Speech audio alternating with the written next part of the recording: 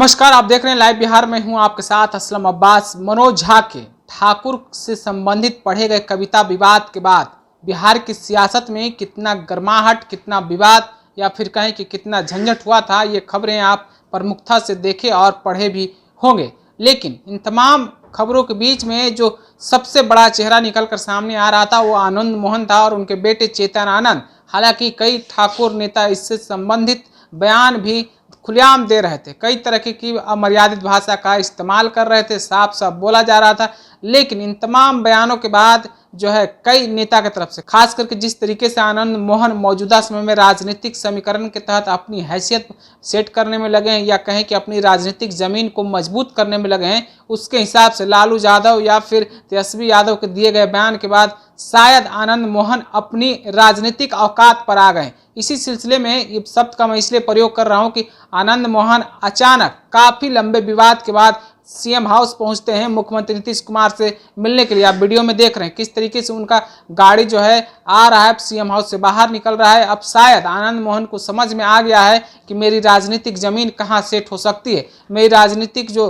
औकात बची वो अब कहां बचने वाली है, कहां चल सकती है। जिस तरीके से ठाकुर समाज के नेता बनने की कोशिश की जा रही थी, ठाकुर समाज में अपनी खोई हुई जमीन को तलाशने की कोशिश की जा रही थी, उन तमाम बातों पर जिस तरीके से लालू यादव का बयान आया, तेजस्वी यादव का बयान आया, उनको शायद एहसास हो गया है कि अब जो है ऑलरेडी में मेरे अच्छे दिन शायद खत्म हो गए हैं या कहें कि अच्छे दिन अब नहीं आ सकते हैं। शायद इस समीकरण के तहत नीतीश कुमार से आनंद मोहन की मुलाकात हुई। हालांकि राजनीतिक चर्चाएं क्या हुई नहीं हुई इसको लेकर अलग एक बात है। हालांकि पिछला अगर आपको हम जानकारी दें, पीछे की बात कहें तो आनंद मोहन जब जेल में सजा काट रहे थे तो उनको बाहर लाने के लिए नीतीश कुमार ने खुले मन से कितना कुछ कहा था। वो साफ साफ बोल रहे थे कि मैं तो चाहता हूँ, मेरी कोशिश कितना है लवली आनंद भी जानती है, इसलिए ये शायद ये मधुर संबंध के भी मुलाकात हो सकते हैं। लेकिन हालिया जो राजनीतिक बवाल हुआ है, राजनीतिक बवंडर हुआ, उससे तो जरूर समझ में आ रहा है या कहा जा सकता है कि आनंद मोहन की राजनीतिक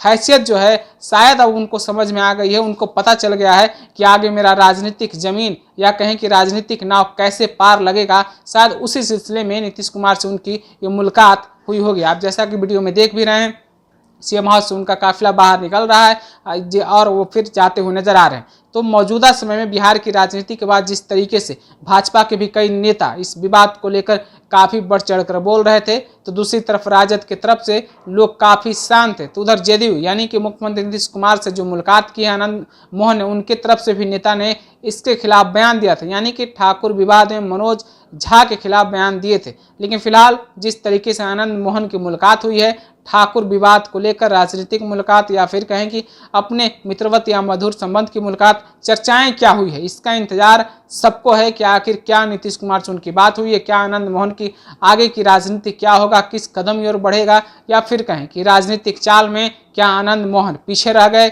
या फिर अपने राजनीतिक चाल को फिर से चलने की कोशिश कर रहे हैं। आप फिलहाल इस वीडियो को देखा है, आप अपनी राय क्या रखते हैं नीतीश कुमार से मुलाकात के बारे में हमें कमेंट करके जरूर बताइएगा। तब तक के लिए बने रहिए लाइव बिहार के साथ। आपका धन्यवाद। लाइव बिहार यूट्यूब पर सब्सक्राइब और फेसबुक पर लाइक जरूर करें।